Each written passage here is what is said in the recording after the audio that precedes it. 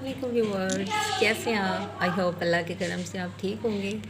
आपकी होस्ट सस्ती and healthy हंडी रोटी के साथ आपके साथ एक इजी जूस की रेसिपी लेके आई जो आपको बहुत पसंद आएगी।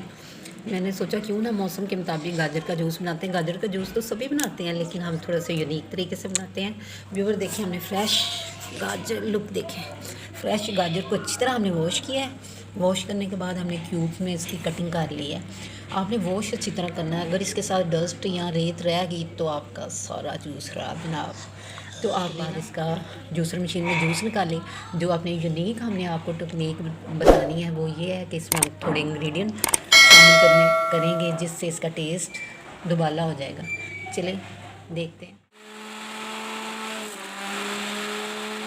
जी व्यूअर्स, जूस हमने निकाल लिया है। अब हम इसको ड्रेन कर लेते हैं।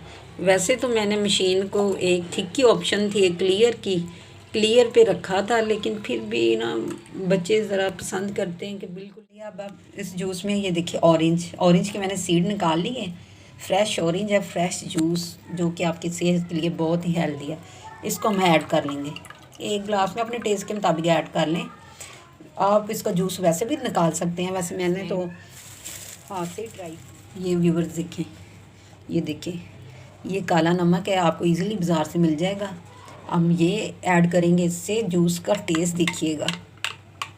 इसको डाल के मिक्स करते हैं और इसके साथ ही हम एक पिंच ना, ओनली सिर्फ एक पिंच, ज़्यादा नहीं डालनी, एक पिंच हमने काली मिर्च की ऐड कर देते हैं।